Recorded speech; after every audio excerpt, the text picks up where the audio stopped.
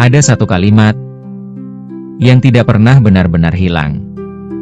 Dia tidak tahu persis sejak kapan kalimat itu tinggal di kepalanya. Tapi setiap malam, saat lampu dimatikan, kalimat itu kembali. Pelan. Tidak berteriak. Tidak mengancam. Hanya mengingatkan bahwa ada sesuatu yang belum selesai. Dia bukan anak yang durhaka. Setidaknya, bukan secara sengaja.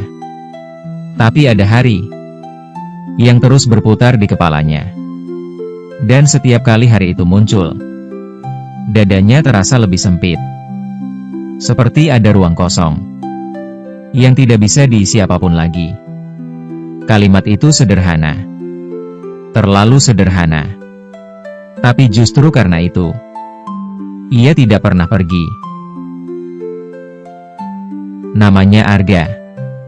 Usianya tidak lagi muda, tapi juga belum tua. Orang-orang melihatnya sebagai pria biasa. Pekerjaan tetap. Wajah tenang. Tidak banyak bicara. Dia terlihat baik-baik saja. Dan memang, di luar, semuanya tampak normal. Tapi ada satu hal kecil yang orang lain tidak tahu. Arga tidak pernah benar-benar nyaman saat malam tiba.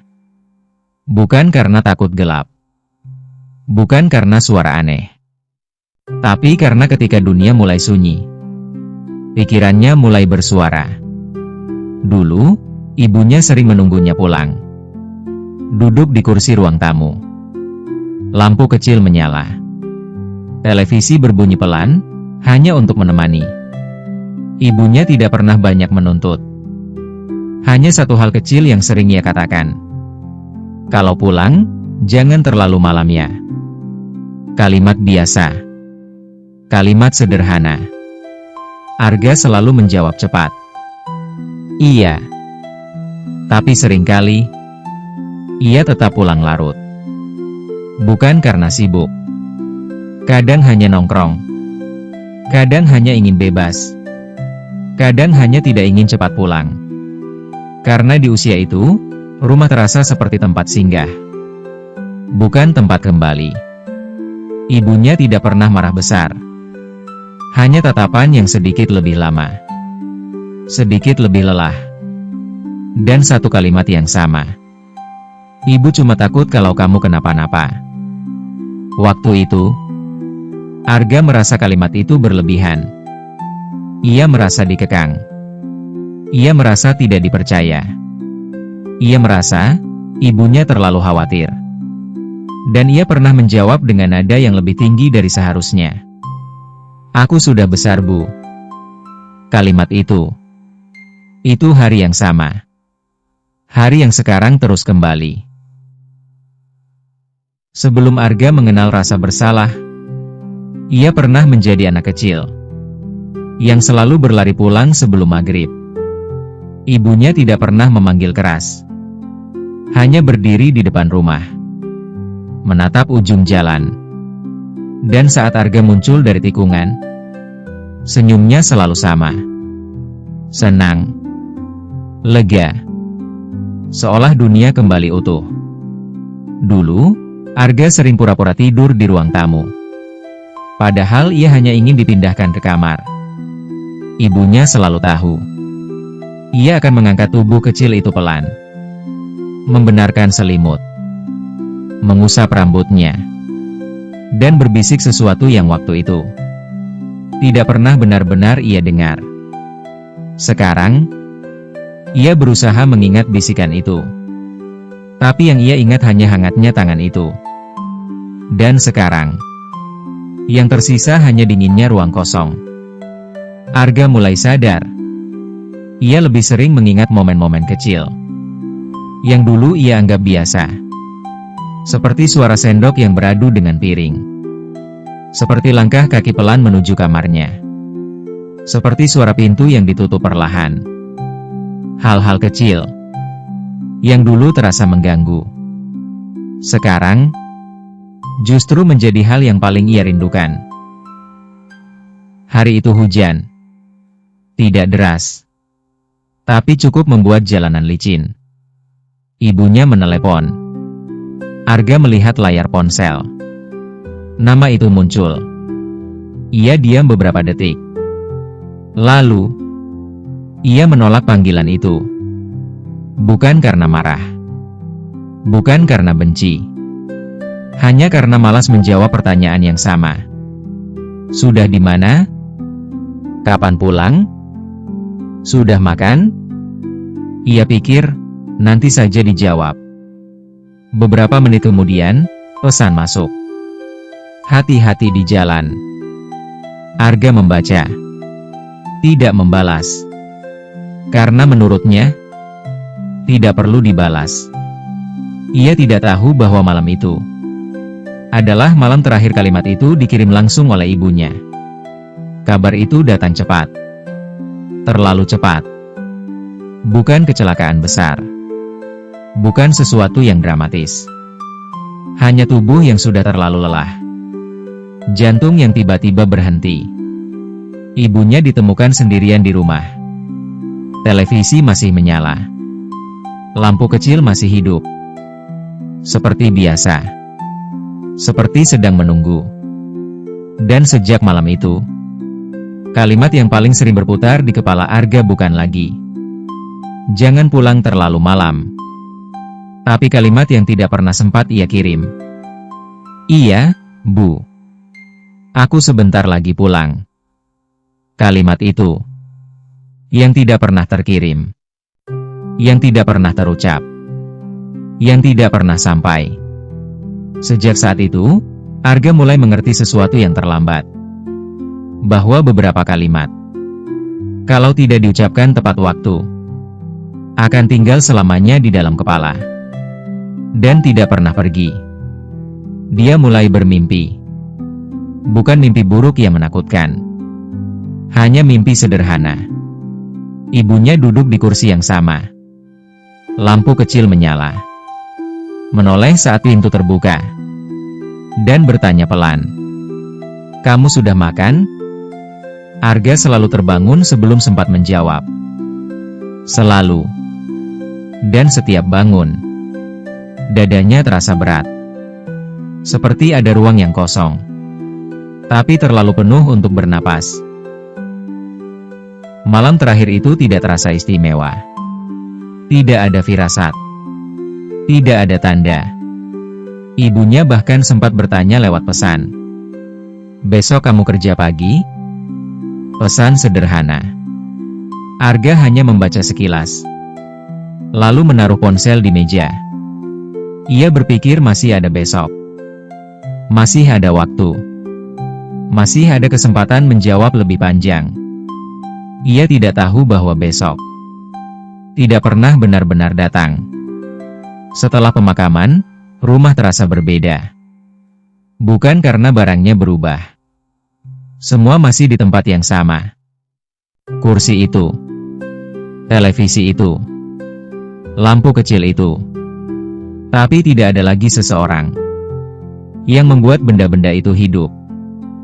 Dan disitulah Arga mulai mengerti bahwa kehilangan bukan tentang orangnya saja, tapi tentang rutinitas kecil yang ikut mati bersamanya.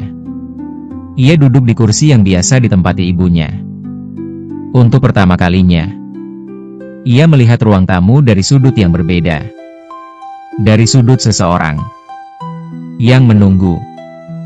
Dan tiba-tiba ia mengerti. Menunggu itu melelahkan. Menunggu itu cemas. Menunggu itu penuh doa yang tidak terdengar. Dan ia tidak pernah benar-benar memikirkan itu dulu.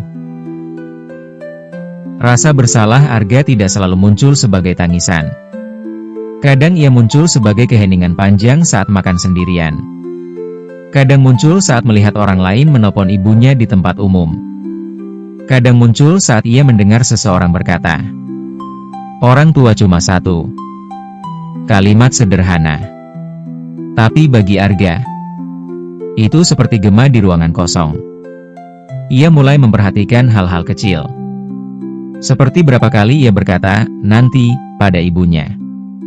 Seperti berapa kali ia menjawab pendek. Seperti berapa kali ia merasa terganggu.